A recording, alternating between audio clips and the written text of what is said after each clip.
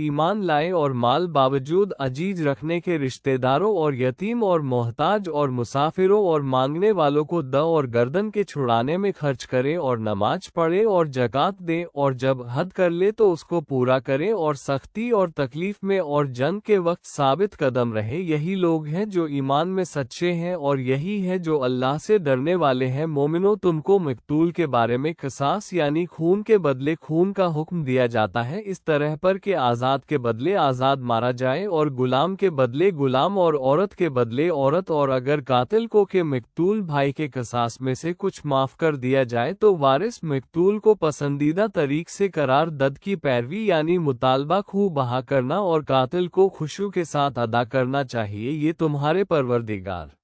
کی طرف سے تمہارے لیے آسانی اور مہربانی ہے۔ اب جو اس کے بعد زیادتی کرے اس کے لیے دکھ کا عذاب ہے۔ اور اہل عقل حکم کس میں تمہاری زندگانی ہے کہ تم کل خریجی سے بچو، تم پر فرض کیا جاتا ہے کہ جب تم میں سے کسی کو موت کا وقت آ جائے تو اگر وہ کچھ مال چھوڑ جانے والا ہو تو ماں باپ اور رشتہ داروں کے لیے دستور کے مطابق وصیت کر جائے، اللہ سے ڈرنے والوں پر یہ ایک حق ہے۔ پھر جو شخص وصیت کو سننے کے بعد اس کو بدل ڈالے تو اس کے بدلنے کا گناہ انہی لوگوں پر ہے جو اس کو بدلے، اور بے شک اللہ سنتا جانتا ہے۔ اب اگر کسی کو وصیت کرنے والے کی طرف سے کسی وارث کی طرفداری یا حق تلف کا اندیشہ ہو تو اگر وہ وصیت کو بدل کر وارثوں میں صلح کرا دے تو اس پر کچھ گناہ نہیں، بے شک اللہ بخشنے والا ہے، رحم والا ہے۔ مومنو، تم پر روزے فرض کیے گئے ہیں جس طرح تم سے پہلے لوگوں پر فرض کیے گئے تھے تاکہ تم پرہیزگار بنو۔ روزوں کے دن گنتی کے چند روز ہے تو جو شخص تم میں سے بیمار ہو یا سفر میں ہو تو دوسرے دنوں میں روزوں کا شمار پورا کر لے، اور جو لوگ روزہ رکھنے کی طاقت رکھیں لیکن رکھے نہیں وہ روزے کے بدلے محتاج کو کھانا کھلا دے، اور جو کوئی اپنی مرضی سے زیادہ نیکی کرے تو اس کے حق میں زیادہ اچھا ہے، اور اگر سمجھو تو روزہ رکھنا ہی تمہارے حق میں بہتر ہے۔ روزوں کا مہینہ رمضان کا مہینہ ہے جس میں قرآن اول نازل ہوا، جو لوگوں کا رہنما ہے اور جس میں ہدایت کی کھلی نشانیاں ہیں اور جو حق باطل کو الگ الگ کر والا ہے۔ تو جو کوئی تم میں سے اس مہینے میں موجود ہو چاہیے کہ پورے مہینے کے روزے رکھے، اور جو بیمار ہو یا سفر میں ہو تو دوسرے دنوں میں روزے رکھ کر ان کا شمار پورا کر لے۔ اللہ تمہارے حق میں آسانی چاہتا ہے اور سختی نہیں چاہتا، اور یہ آسانی کا حکم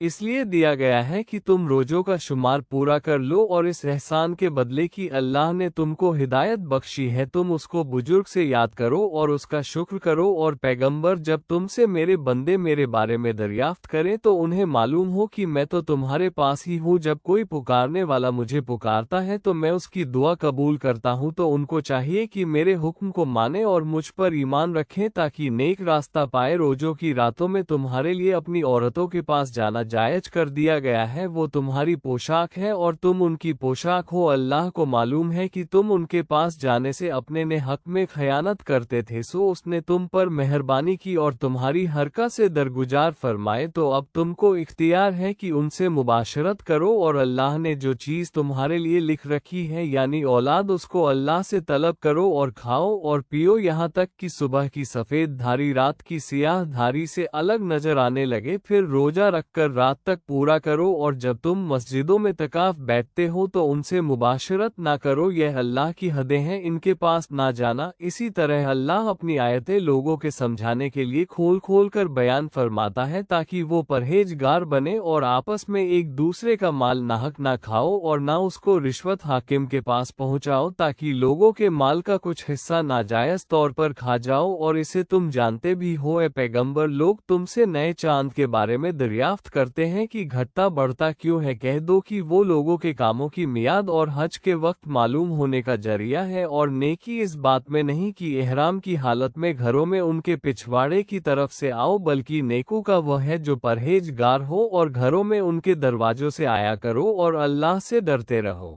تاکہ کامیاب ہو جاؤ۔ اور جو لوگ تم سے لڑتے ہیں تم بھی اللہ کی راہ میں ان سے لڑو، مگر زیادتی نہ کرنا کہ اللہ زیادتی کرنے والوں کو دوست نہیں رکھتا، اور ان کو جہاں پاؤ قتل کر دو، اور جہاں سے انہوں نے تم کو نکالا ہے یعنی مکے سے وہاں سے تم بھی ان کو نکال دو، اور دین سے گمراہ کرنے کا فساد قتل خریجی سے کہیں بڑھ کر ہے، اور جب تک وہ تم سے مسجد حرام یعنی خانہ کعبہ کے پاس نہ لڑے تم بھی وہاں ان سے نہ لڑنا، ہاں اگر وہ تم سے لڑے تو تم ان کو قتل کر ڈالو، کافروں کی یہی سزا ہے۔ پھر اگر وہ باز آ جائے تو اللہ بخشنے والا ہے، رحم کرنے والا ہے، اور ان سے اس وقت تک لڑتے رہنا کہ فساد نابو ہو جائے اور ملک میں اللہ ہی کا دین لب ہو جائے۔ پھر اگر وہ فساد سے باز آ جائے تو ظالموں کے سوا کسی پر زیادتی نہیں کرنی چاہیے۔ ادب کا مہینہ ادب کے مہینے کے مقابل ہے، اور ادب کی چیزیں ایک دوسرے کا بدلہ ہے۔ پس اگر کوئی تم پر زیادتی کرے تو جیسی زیادتی وہ تم پر کرے ویسے ہی تم اس پر کرو، اور اللہ سے ڈرتے رہو، اور جان رکھو کہ اللہ ڈرنے والوں کے ساتھ ہے۔ اور اللہ کی راہ میں مال خرچ کرو اور اپنے آپ کو ہلاک میں نہ ڈالو، اور نیکی کرو، بے شک اللہ نیکی کرنے والوں کو دوست رکھتا ہے۔ اور اللہ کی خوشنور کے لیے حج اور عمرے کو پورا کرو، اور اگر راستے میں روک لیے جاؤ تو جیسی قربانی میسر ہو کر دو، اور جب تک قربانی اپنے مقام پر نہ پہنچ جائے سر نہ منڈا۔ اور اگر کوئی تم میں بیمار ہو یا اس کے سر میں کسی طرح کی تکلیف ہو تو اگر وہ سر منڈا لے تو اس کے بدلے روزے رکھے یا صدقہ دے یا قربانی کرے۔ پھر جب تکلیف دور ہو کر تم مطمئن ہو جاؤ تو جو تم میں حج کے وقت تک عمرے سے فائدہ اٹھانا چاہے وہ جیسی قربانی میسر ہو کرے، اور جس کو قربانی نہ ملے وہ 3 روزے ایام حج